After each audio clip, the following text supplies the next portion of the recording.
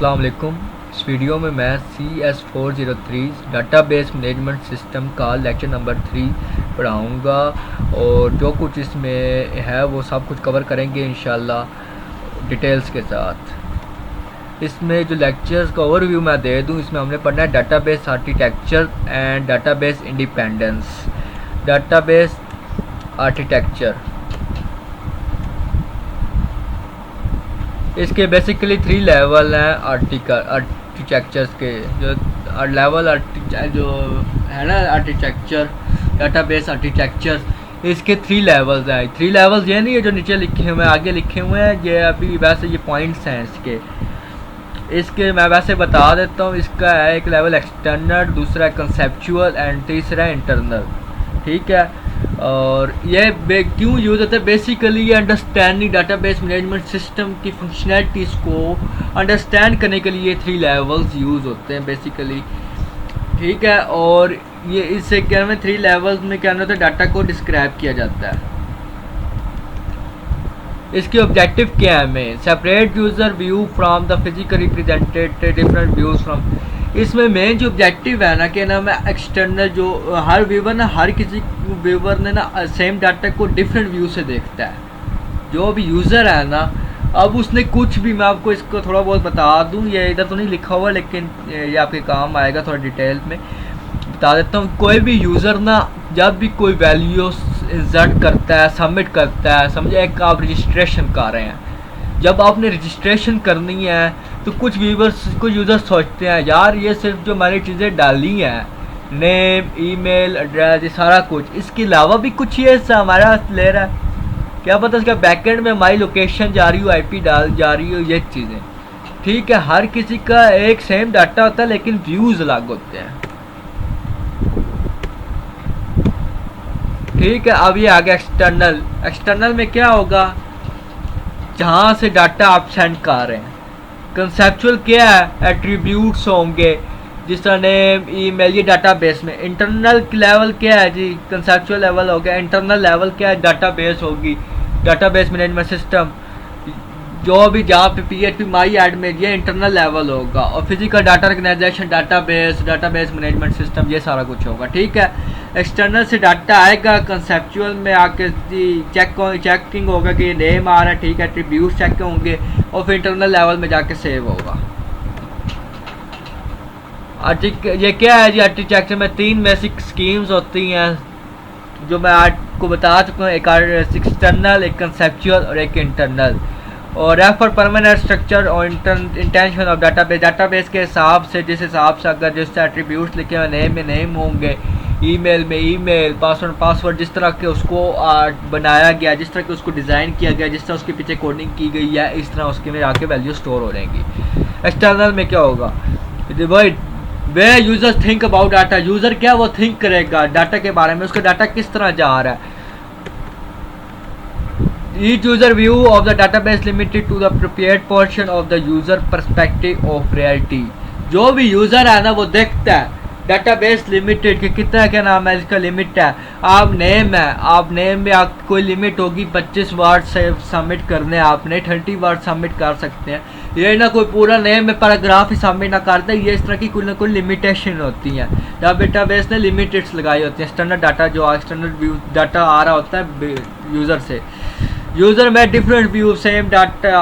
हाँ जी, आप कोई समझ रजिस्ट्रेशन कर रहे हैं, कोई भी बंदा रजिस्ट्रेशन कर रहा है, उसने अब क्या करना है, उसने सोचना है हाँ जी हाँ मेरा जो नेम है, जैसा कि मैं पहले बता चुका हूँ, नेम, ईमेल, जितनी कुछ इसमें रजिस्ट्रेशन में चीज़ें लिखी हुई, पासवर्ड, इसके अलावा भी कुछ जा रहा है, लोकेशन जा रही है, IP जा रही है, डेट जा रही है, टाइम जा रहा है, ये चीज़ें मैंने खुद ऐड की हैं, IP लोकेशन वगैरह। क्या हमारी IP भी जा रही है? क्या हमारी लोकेशन भी जा रही है? डेट और टाइम तो वैसे ज़्यादा यूजर्स का जाता है, हर किसी ने प्रोग्राम बनाते हैं किस टाइम इसने सबमिट किया, क्या कुछ किया। यह एक्सटर्नल भी होता है, डाटा सेम होता है लेकिन व्यूज़ अलग होते हैं।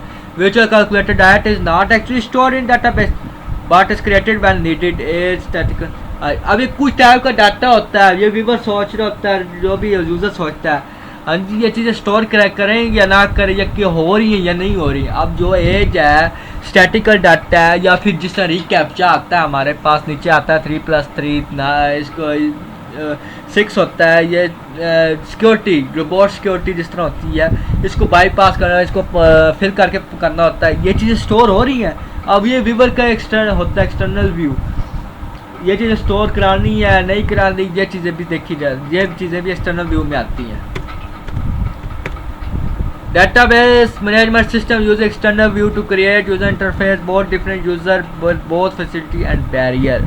तो डाटाबेस मैनेजमेंट सिस्टम मैंने यूज़ होता है एक्सटर्नल व्यूज़ के लिए, to create user interface, user जो भी इंटरफेस उसका बनाने के लिए, आप जो भी इंटरफेस किस तरह बनेगा, उसमें एट्रीब्यूट्स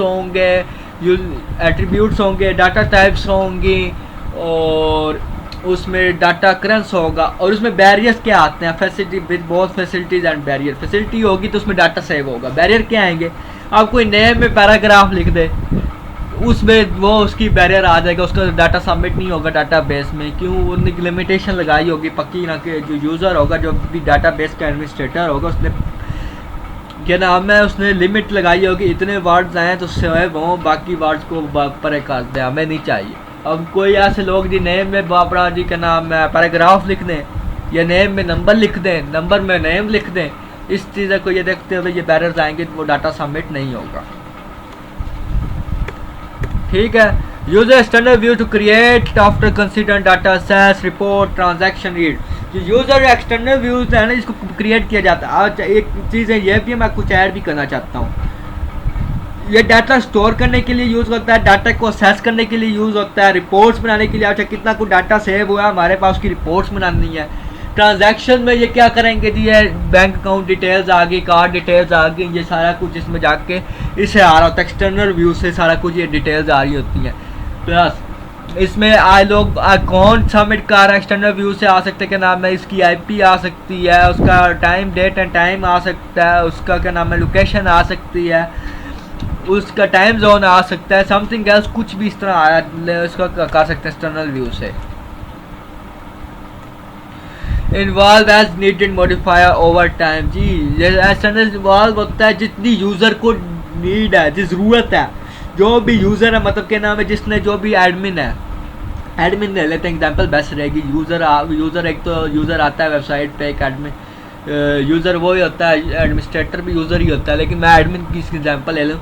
जितने कुछ यूज़र को मतलब एडमिन को चाहिए होता है ओवर डाटा टाइम के हिसाब से, जिस हिसाब से उसको टाइम के हिसाब से क्या कुछ चाहिए। अब सिक्योरिटी मैटर करती है, सिक्योरिटी बढ़ानी होती है। अब सिक्योरिटी बढ़ाने के लिए क्या करेगा, वो आपकी IP ज़रूर लेगा। अब कोई फेक में बल्क रजिस्ट्रेशन करता रहे, बाकी बल्क में डाटा जड़ करता रहे, वो किससे ट्रैक करेगा, वो आपकी IP से ट्रैक करेगा। इसलिए उसको टाइम के हिसाब से जितनी ज़रूरत होती है उस हिसाब से डालता है। अब ये देखें, ये एक है बना हुआ है रोड मैप की टाइप के। एम्प्लॉय डाटा अब सबमिट हो रहा है जी, राना असलम, राना फर्स्ट नेम है, लास्ट नेम असलम है, और डेट ऑफ बर्थ उसकी सबमिट हो रही है। ठीक है। अब बीच में एक उसने डिपार्टमेंट भी ऐड हो गया सेल में, जो बीच में आगे डाटाबेस है ना, वर्कर्स में नेम इकट्ठा ऐड हो गया, एज और डिपार्टमेंट। ये किस तरह हो गया, अब क्या पता ये एम्प्लॉय ने कोई ना कोई फॉर्म फिल किया हो आफ्टर रजिस्ट्रेशन। हमारे पास उस एम्प्लॉय की ऑलरेडी इंफॉर्मेशन मौजूद है जी, वो फलाने डिपार्टमेंट में, सेल डिपार्टमेंट का है, तो वो उसने वहाँ से वैल्यू गेट की और यहाँ पे इंसर्ट की। ये बैक एंड पे काम होता है। ये डाटाबेस में फर्स्ट नेम और लास्ट नेम इकट्ठा सेव हुआ। अब ये जो है मैं आपको बताता हूँ, हर जो यूज़र होता है जो सबमिट करता है उसके चेंज भी होता है। अच्छा हमारा ये फर्स्ट नेम और लास्ट नेम अलग अलग सेव होगा, इकट्ठा होगा। अच्छा हमारा कुछ कम होगा, कुछ ज़्यादा होगा, हमारी कुछ चीज़ और कहीं से गेट होगी। ये चीज़ें होती हैं एक्सटर्नल व्यू में। उम्मीद करता हूँ आपको इसकी समझ लग गई होगी। अब ये कंसेप्चुअल व्यू और लॉजिकल व्यू, इसमें क्या कहते हैं, complete description out content of database. जितना भी कंटेंट आ रहा होता है ना, जिस तरह के हो गए एट्रीब्यूट्स वगैरह, ये होते हैं कंसेप्चुअल में। The entire information structure database as seen by database DBA। जी इंटायर इंफॉर्मेशन स्ट्रक्चर, जितना भी स्ट्रक्चर मैंने आपको दिखाया था डाटाबेस का स्ट्रक्चर कैसा होता है लेक्चर नंबर 1 में, अगर आपने देखा हो तो मैंने आपको PHP बाकायदा खोल के एक डाटाबेस मैंने बनाई हुई थी। डाटाबेस मेरी जो कि नाम है वेबसाइट की, उसका पूरा का पूरा स्ट्रक्चर दिखाया था। सेम वही के कंसेप्चुअल स्कीमा होता है, वही community view data, the community view of data. इसमें क्या होता है, जो भी कम्युनिटी का डाटा होता है उसको देखा जा सकता है। All entities attribute there relation and represented है। मैंने आपको ऑलरेडी बता दिया कि एंटिटीज एट्रीब्यूट सारा कुछ इसमें होता है कंसेप्चुअल में। ये बात मैं ऑलरेडी पहले बता चुका हूँ। contain record type, entities, data item types, attribute, relation, constraint on data। जिस टाइम मैं आपको ये समझा रहा था कंसेप्चुअल का, इसमें मैंने ये बता दी थी कि उसके क्या होते हैं, एंटिटीज होती हैं, एट्रीब्यूट्स होते हैं, डाटा टाइप कौन सा है, डाटा आइटम कौन सा है जी, डाटा टाइप्स कौन सी, मतलब के डाटा आइटम टाइप्स के मतलब कि न्यूमेरिक है, न्यूमेरिक हुई तो इंट डाटा टाइप होगी, अगर वो टेक्स्ट है तो स्ट्रिंग होगी, अगर वो मिक्स डाटा टाइप है तो वार्चर होगी। ये चीज़ें देखी जाती हैं। और उसका क्या रिलेशन है, मतलब कि नेम में नेम ही आएगा ना, नेम और नेम का रिलेशन होगा, तो जैसे नेम इंसर्ट हो रहा है, सबमिट हो रहा है, तो वो नेम स्टोर होगा, रोल नंबर में रोल नंबर, ताकि इजी टू अंडरस्टैंड रहे। ये चीज़ें ये कंसेप्चुअल में आती हैं। फिर information about the data meaning security integrated information जी, इसमें सारा कुछ इंक्लूड होता है, जिसमें सिक्योरिटी इंटीग्रेटेड इन्फॉर्मेशन, सारी सिक्योरिटी इन्फॉर्मेशन जो कुछ भी इंसर्ट हो रहा है सारा कुछ इसमें फॉर्म होता है, जिसे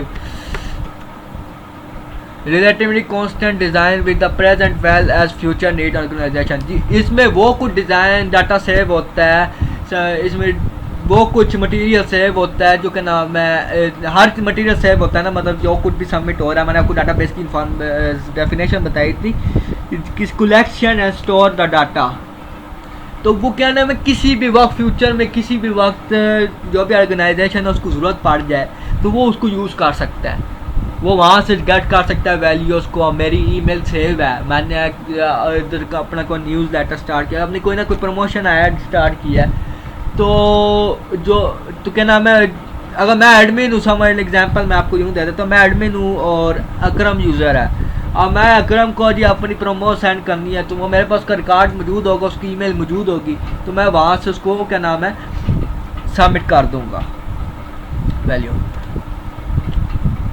देन आगे नेक्स्ट हम देखते हैं जी, ये बिल्कुल बना हुआ है जी, अगेन रोड मैप, और वही जिस तरह का मैंने ऑलरेडी आपको बता दी है, आई डाटा आया, I information, Rana Aslam name आया, तो ये डाटाबेस में किस तरह स्टोर हो रहा है। अब ये एक ही कनेक्शन बन गया, मतलब कि जो फर्स्ट नेम और लास्ट नेम इकट्ठा स्टोर हो रहा है, राणा असलम, आगे एज उसकी वही जिस तरह उसने लिखी थी 12 सितंबर 1970 लिखा था। अब यहाँ पे किस तरह स्टोर हो रहा है, 24 ईयर एंड 10 डेज यूं जाके स्टोर हो रहा है। और डिपार्टमेंट सेल्स ये किस तरह हो रहा है, ये नेम है, डिपार्टमेंट क्या है, ये है जी, क्या नाम है, कंसेप्चुअल, ये कंसेप्चुअल स्कीम है। 3 लेयर्स बताई थी ना मैंने, 3, तो ये कंसेप्चुअल लेयर है, ठीक है, नेम एज, और ये जो आगे डाटा है, ये क्या नाम है, डाटा क्या नाम है, सारा कुछ इंटरनल में स्टोर हो रहा है, ये डाटा अकरेंस है, इसको क्या है, राणा असलम क्या है, ये डाटा अकरेंस है, 24 ये कन्वर्ट होकर क्या नाम है हो रहा है स्टोर। तो ये कंसेप्चुअल एक्सटर्नल लेयर से कंसेप्चुअल लेयर में कन्वर्ट हो रहे हैं। अब ये 24 ईयर टू 10 डेज, ये और ये नेम एट्रीब्यूट्स वगैरह, नेम क्या एट्रीब्यूट्स हैं, ये सब कुछ है कंसेप्चुअल लेयर। अब ये देखें, ये कंसेप्चुअल पे आ गई, ये नेम ये अंडरलाइन हुआ है, DOB, डिपार्टमेंट ID, ये क्या है, कंसेप्चुअल लेयर, लॉजिक का रिकॉर्ड इंटरफेस, ठीक है था ये। अब डाटा बेस मैनेजमेंट सिस्टम का लेक्चर नंबर 3 एंड हो चुका है। किसी चीज़ की ना समझ आई हो तो मुझसे पूछ लेना।